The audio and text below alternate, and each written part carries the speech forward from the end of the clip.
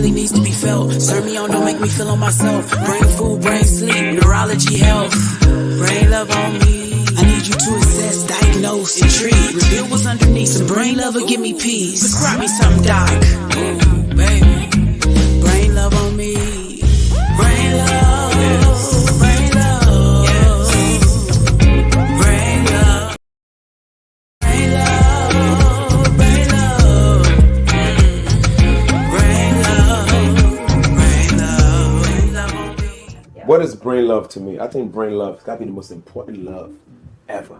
Loving what you do. And I think that's very important. You know, I'm a stand-up comic. I enjoy making people laugh. You know, I think when people come to see me, I give them brain love. I relax their minds and I entertain them.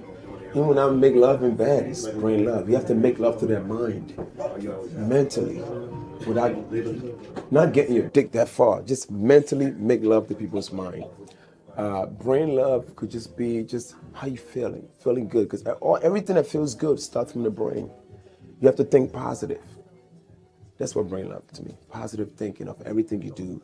Put your mind into everything you do. Make love to everything mentally. You know what I mean?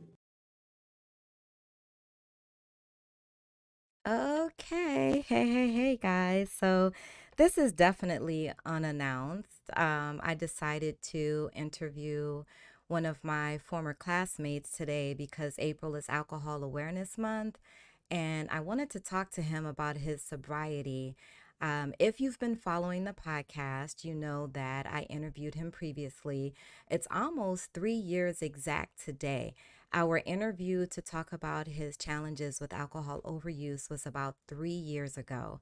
And I wanted to do this interview here on StreamYard. Shout out to StreamYard. Shout out to Michael Blackson with the definition of brain love. Brain love is definitely thinking positively. So I decided, yeah, you know what? Hey, I'll go live and I'll see if folks want to watch it while we're on live. So that way, if anyone has any questions, they can. Obviously, it's during the workday. So, hey, if you have time, if you're on lunch, tune in. My guest on the couch today, I almost said tonight, but I will be running this back on the podcast audio episode. My guest is Richard Johnson, and we're talking about alcoholism. A lot of people have challenges with alcohol overuse. Some folks have other vices like cannabis, cocaine, cigarettes, cigars. So all of us have a vice of some sort, but because April is Alcohol Awareness Month, I wanted to talk specifically about alcohol overuse. A lot of children have become addicted or have begun to abuse alcohol. I want him to talk about his sobriety journey. He's been sober now for several months. Actually, we're in some years right now with him. And so I'm going to bring him up so that way we can have this chit chat, this conversation. Hey. Hey, what's happening? How are you? I'm well. How are you? I am Peachy Keen. Thank you. And thanks for coming on to join me on the podcast again. No problem. You are there in Maryland. I am. Baltimore. Yeah, you're in Bmore, which, yeah, that's my old stomping grounds, undergrad and all that stuff and training. So I was looking at the date of our first interview. It was April 18th, 2021. Where in your life with alcohol were you in 2021? Was that at the beginning of your sobriety? Yes. So I took my last drink on the 15th of April in 2019, I believe. So that was probably a good, at that point, 2 years in at that point. Gotcha. And so how long have you been in recovery? 5 years total. 5 years. All On April right. the 15th was my 5th year of sobriety. Yay. Yeah, yay indeed. Yes. Is it a struggle? No, it's not. Mm-hmm. The first, I've been to rehab 3 times, and the first two outings with that were definitely a struggle. But the third time I finally got it, it wasn't that difficult. I was going through a lot of other stuff at the time, but it wasn't too bad. Had a couple of little issues, a couple situations, I guess, incidents that kind of made me want to relapse, but I didn't, obviously, because I'm still here. So Gotcha. Congrats on that. Praise like, God. You said incidents which kind of made you feel like you wanted to relapse. So these were stressful things that were going on in your life.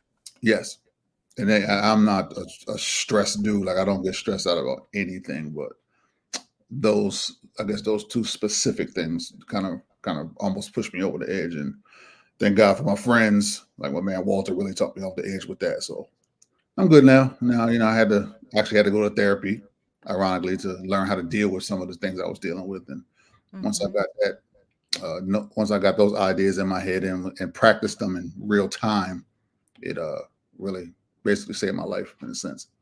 Nice, nice, nice, nice. Now, are you still in therapy? No, I haven't been to therapy in quite some time. Okay. But it was somewhere along your journey, somewhere in your path. Oh, sure, absolutely. Yeah. And you mentioned something that's important when people are achieving sobriety and trying to maintain sobriety. Your support system is very important. And Alcoholics Anonymous, they talk about people, Hmm. places, and things. Those are the things that you stay away from. Usually, the reference is about staying away from people who could tempt you, staying away from places that could tempt you, staying away from things that could tempt you. But to maintain a sobriety, people are important too, because you want to be able to, you want to have friends and family and folks who can give you that support. Sure, absolutely. So, I just want to revisit a little bit.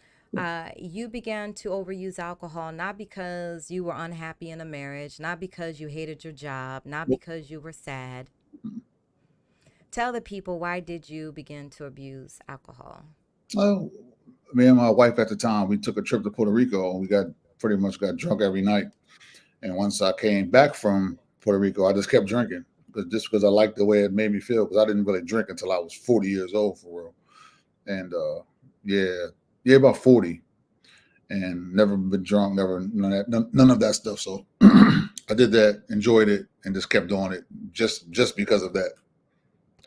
Yeah. So, people think, oh, you become an alcoholic because you have problems or you're unhappy. Alcoholics come in all shapes and sizes. Mhm. A lot of people who overuse alcohol are what we call functional alcoholics. They're very functional. They go to work every day, they take a shower, change their clothes, do their hair. They function. They are just abusing or overusing alcohol. Yep. So you've been sober now for you were going to say over 5 years, you're 4 days over 5 years. Yeah, that's right. Yeah, you just had your sobriety anniversary. Yes, I did. Beautiful What, thing. yeah, it is beautiful. What motivated you to seek help and to begin recovery? When did you realize, like, okay, I got to change?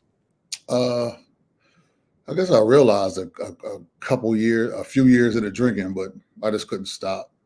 And then once it got to the point of I know I needed help, but when it got to the point of me actually getting help, it was, I was already 8 years in, 8 years into drinking. So, and I knew I had a problem pretty early on, but I didn't care. Just how alcohol does. That's how it did me. I'm not gonna say does, but that's how it did me. I didn't. Jesus Christ could have came down from heavens himself and told me to stop drinking. I still would have drank until Hmm. I was ready. And then it still took 3 trips to rehab and a couple bad incidents. Well, even the bad stuff that happened didn't even deter me. It was literally just me going to rehab again and again and again and finally getting it. Okay. So yeah, I encourage people all the time, like, folks that say, I relapse, I can't stand myself, I can't do anything right. And I Mhm. tell them, listen, it's a part of the process. Yep. Most people relapse who are trying to get clean or remain sober from some agent. Most people will relapse. So, you got to show yourself some grace. Yep. No, I relapsed many. You uh, I guess, yeah, I guess I relapsed 3 times. So I went to rehab 3 times. So yeah, I guess I went to rehab, relapsed, went to rehab, relapsed, went to rehab, and then remained sober. So I guess my relapse would be twice, I guess. Yeah. Do you surround yourself by folks who don't drink, who are sober and do not consume alcohol, or are you able to manage being around people who are consuming? Now it doesn't bother me now. I mean, I really don't hang out with anyone. Like my best friend Alicia, she lives in LA. My other best friend, she lives in Virginia, and my man Walter, my man who I chill here with, who's one of my main dudes, one of my best friends as well. He drinks, but not really around me. He gets it. So, but I don't have any problems being around it anymore. Mm-hmm. I mean, I never drank at bars, so that was never a trigger for me. It was boredom was a trigger for me. So it's just I have to stay busy and creative and, just keep my mind going.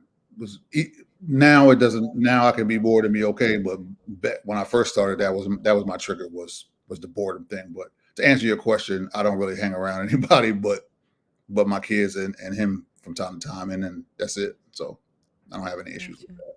Gotcha. Yeah, boredom is a common factor for a lot of folks and why they start to abuse certain things. So I'm glad you Mhm. mentioned that.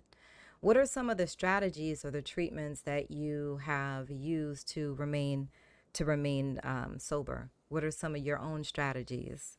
Well, my own strategies, which I took from rehab, were my main thing is playing the tape through. I'm sure you've heard that saying many times in your profession, but playing the tape through to me is thinking back and picturing the hell that I was in for, 8, 9 years.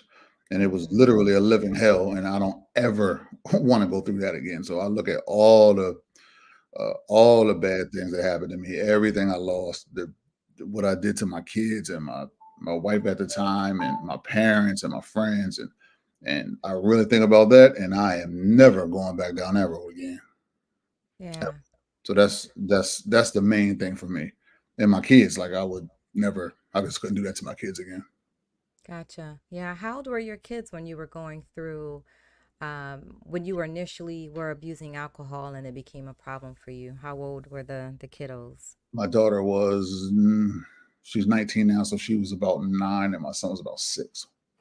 Mm-hmm. So it didn't really get bad until they were probably, I don't know, 11 and 8. So Gotcha. they saw it from the How has beginning. your life? Yeah, yeah. How has your life changed since you achieved sobriety and you've been in recovery? Have you noticed fruitful, positive changes? In myself, yes, absolutely. Um, Really just being, I guess in a general sense, just more happy and more content, and uh, not like I said, I'm not a stressed guy. I don't really get mad Mm-hmm. about things, and I'm just a happier person overall. I learn how to deal with things, and when things don't go my way, I don't automatically think about picking up going to the liquor store and grabbing a bottle or nothing. So Mm-hmm. everything has gotten better, and it wasn't always the case, because when I first got out of rehab, I was living in a halfway house with 3 dudes in a room, like 10 of us in a crib, and it wasn't an ideal situation for me to be in, especially from coming from where I'm from and what I had going in and living and sleeping in a room with 3 other dudes wasn't it. But I was trying to do everything that the rehab center told me to do, because I didn't do Gotcha. that last time. So, but Okay. overall, my quality of life is a million times better. So when you say you didn't do it the other time, so the other time you went to rehab when you got out, you didn't go into a halfway Mhm. house. You went home? I went home. Yeah, I went home, and I didn't go to AA meetings or any of that stuff. But when both the first 2 times, I went to a few AA meetings, but I didn't really take it as serious as I should have. But when I got Mm-hmm. out of rehab the third time, I went to the halfway house. I did the 90 and 90, which is 90 meetings, 90 days. I did that straight through. Even when I was in the hospital post surgery, I was going downstairs with my little IV thing, going to the AA meetings in the on the first floor of the hospital and shit, just so I can get my 90 and 90 in. Wow. Wow, wow, wow. So you followed the recommendations, you were compliant, you did the halfway house, you participate in AA. Do Mhm. you still have a sponsor with AA? I do have sponsors. I don't know why his name is escaping me now, but I do have a sponsor. But Maybe because uh, you haven't been talking to him. no, I talk to him on Facebook every now and then. But yeah, Okay. he's doing well, and I had a sponsor, but I didn't really go over the steps, and I didn't do a lot of that stuff with him because he took kind of a different approach. And Gotcha. uh, Dexter, that's his name, Dexter, and Okay. he kind of helped me through. He was the, I guess, the I don't know how what you would call him, like the leader of the halfway house or whatever. He was the main dude there. So I saw Dexter every day. So if I had any issues, I just talked to him. Mm-hmm.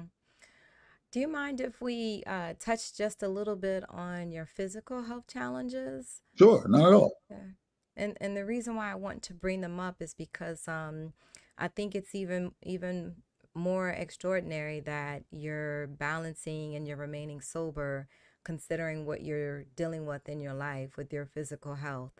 Um, Folks who may have heard that interview back in 2021 may recall that Rich spoke to us about his battle with cancer. Mhm. And you continue, you're beating cancer. You're beating it because you're here with us. You're talking. You look good. Um, so you're staying on top. What Mhm. type of cancer are you battling currently in your life? Initially, colon cancer is the initial was my initial diagnosis, and then it metastasized and spread to my liver and my left lung, and then my right lung. So I had ended up having surgery on my colon, a colon resection, I think it's called. And then I had 40% of my liver removed, and then I had some of my left lung removed. Now it's in my right lung, and that's what they're monitoring now. I literally had a CT scan yesterday to monitor my right lung. So I'm still going through it. I still go to chemo every 3 weeks. I haven't been in about a month because I've just been insanely busy. And but I'll be in chemo on Monday. Back dealing with that BS. Mm-hmm. Chemo is awful. I wish that on anybody. Wow. But started in my Tell colon and started to spread. Tell us why you say it's awful. Because, if someone's never been around someone or knew someone who had cancer, Oh, they don't know what chemo does to a person. or what it does to me is just nausea, so awful nausea, and now it's better. But at the beginning, it was severe nausea, tingling in my fingers. I kept dropping everything. I had sores in my mouth. I had a pump, this big pump that you carry on that goes into the port on my chest, which is still there. It just keeps pumping medicine into you. So I was sick all the time, all the Mm. time, just sick for 2 weeks. And I get the pump taken out for a week. Then they put it back in for a week. And it's just the nausea and it's just bad. Everything's bad about it. And now I only go every 3 weeks, and I'm only nauseous and sick for Monday, Tuesday, Wednesday. Usually by Friday, I'm back to normal again. So I'm only sick about 4 or 5 days a month, and that is awful. So anybody who's going through that like weekly, and you watch TV at night and see little kids on there battling cancer, and you've been seeing it for years. We kind of just don't even pay attention to it. Now I can see them little kids are warriors because it is rough. It's rough. Wow. Yeah. Shout out to Marisha Phillips. She was Yeah. on the podcast in March, and she shared her journey and what's been going on with her with a lung cancer. So thanks for sharing that. And so I think it just shows you're a warrior as well, and to be Sure. able to refrain from relapsing on the alcohol. Because oftentimes, especially when people are going through very uncomfortable, painful situations, they will turn to something to self medicate, whether it's drugs or alcohol or smoking cigarettes, whatever it is. I've had patients who had lung cancer and would still smoke cigarettes. So, yeah. I get it though. I believe I get it. I can't judge anybody. Hmm. Can't do it. So, what are you doing for your self-care? How are you taking care of yourself? How are you maintaining the balance? Besides, of course, the sobriety and treating yourself kind from the alcohol, that's a little bit of self-care, but what else are you doing intentionally for your self-care? Uh, I work out a lot. I'm still not in great shape because I still eat like a dumbass from most of the time. But I work out, 5 days a week, and I do the Peloton thing probably Mhm. 5 days a week. So that keeps me really busy. And just being creative, I shoot. So I still shoot and DJ and stuff like that. So it's the staying creative, just trying to learn something on YouTube like every day within my uh, wheelhouse of what I do, which Mhm. is video editing and directing, and I just try to stay super super busy, and my kids too. So my Mhm. daughter, I don't see my daughter that often, and they lived with me for a few years, and now my daughter's gone, and my son stays with his mom during the week now. So it's just me by myself here most of the week, and I just try to stay creative and just stay positive, and that's all I do. Like Mhm. I don't get into any drama with anybody. My relationship with my ex is cool. We great. Um, and I guess to answer your question, just gym, work, and kids. Gotcha. Gym, working, kids, and also the music, the Yeah, the music too. DJing. Yeah. Absolutely. Yeah. So, Yep. music is for me, it's the ultimate therapy. It's one of my main go-tos for therapy. Yeah, Um, listen to music every day. yeah, and that's what I wanted to ask you. I know you're a DJ. I know that you've been a DJ for a long time. You have those skills. Do you yourself consume music? Yeah, yeah. Every Hmm. day. What are some of your favorite genres of music? Do you have any, or you just like everything? No. My favorite is hip hop, of course, but I like pretty much from '88 to 2005 is what I rock with mostly. Like all the new stuff. Some of it's good, but it's really not my cup of tea. I love R&B now though. The new R&B I do like. So I listen to a lot of new R&B. Always trying to find new R&B. Got it. Plus I have to, What do you call it? New R&B. New R&B. What's that? let's see. What's her name? Oh, yeah, what's her name? I can't think of her. I got a whole like new playlist. I'm not talking about like. I mean, Her? Would you consider her new R&B? no, not now. No? A couple What years about ago. A couple years ago. Okay. What about SZA? Is she new R&B? Newish, yeah. But I like Newish. Kali Uchis, Ah. Lucky Day. I like. So the Uh, ones that kind of sound like that Oriental music type, yeah, Sheenie Asian Fogo. vibe. I don't know if you know who Sheenie Fogo is, but she's super dope, and she's super dope. And Kamari's dope. Like just real obscure people that's not super popular. Sifo from London, he's dope. Wow, you're dropping some names I have never heard before. Do you make playlists in Spotify that Uh, you can share? I can send it to you. Yeah, send me a playlist or whatever. Because, Well, you, on Spotify, you can make a playlist and make it accessible for people to see yeah, your I playlist. certainly will. You like. I remember you like a Sade. Yeah, yeah, Yeah. I'm a I Sade remember, fan. I remember I picked you up from somewhere in a purple truck when we was banging shot. Oh my God, Yeah. hell. Uh, That would have been, you were 2 years ahead of me, so that would have yeah. been my senior prom. Yeah, Yep. I took you see in prom. Yep. Yeah. And her name is Naomi Sharon. Have you ever heard of her? Okay. I have heard of Okay, Naomi. no, Yep. she's yeah, but that's it. Yeah. So playlists, or text me some names and I'll look I them will. up on Spotify. And, I certainly will. Spotify will create a radio or playlist based on an artist name. Yep, So, yep. I most certainly will. one last question for you, and that would be, what advice would you give to someone who's listening or watching or will watch later, who's struggling with alcohol abuse, overuse, and they want to get sober? How would you force them or get them past that pre-contemplation stage? Um, Or I would contemplation, I should say, right? I would tell them first to go to AA and continue to go to AA like every day, and and hopefully that will work because that works for a lot of people, obviously. But I would start with AA. Of, for, obviously, if they're at that point they know they have a problem, so I would say AA, and then if that doesn't work, then definitely look into rehab because that's just gonna get you one way or another. It's gonna get you. Yeah. Yeah. Do you know Christina Phillips? She was also class of 94 with Yes. me. Okay. Um, we had a conversation previously because she works for a program. She works for a men's program. Mm. So we were talking about that, how they encourage people to stay in the program.